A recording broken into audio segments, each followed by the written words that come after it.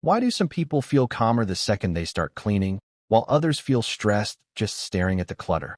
Surprisingly, both reactions trace back to the same mental circuitry.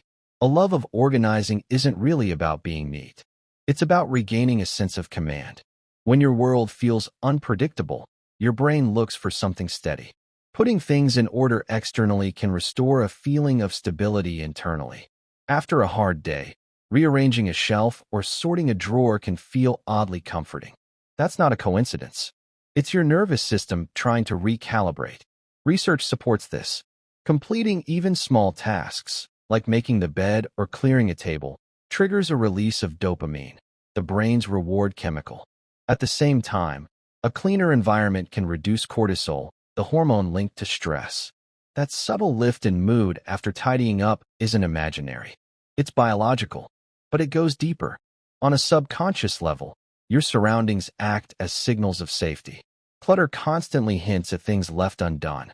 For highly sensitive people, those quiet signals can feel deafening. Organizing isn't about impressing anyone. It's about creating internal quiet. For some, order is also creative expression. A room becomes a reflection of identity. How books are stacked, how plants are arranged, how a space flows.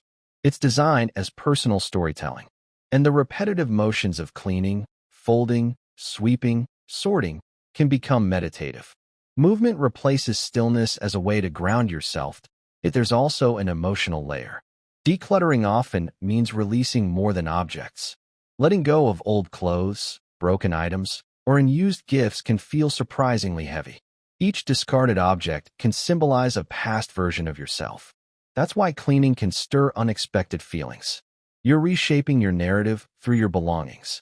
Your environment mirrors your mental state. A clean space subtly reinforces competence and clarity. A chaotic one can amplify stress. By changing your surroundings, you influence your internal dialogue. Organizing becomes less about stuff and more about decision-making. This matters, this doesn't. This aligns with who I am now.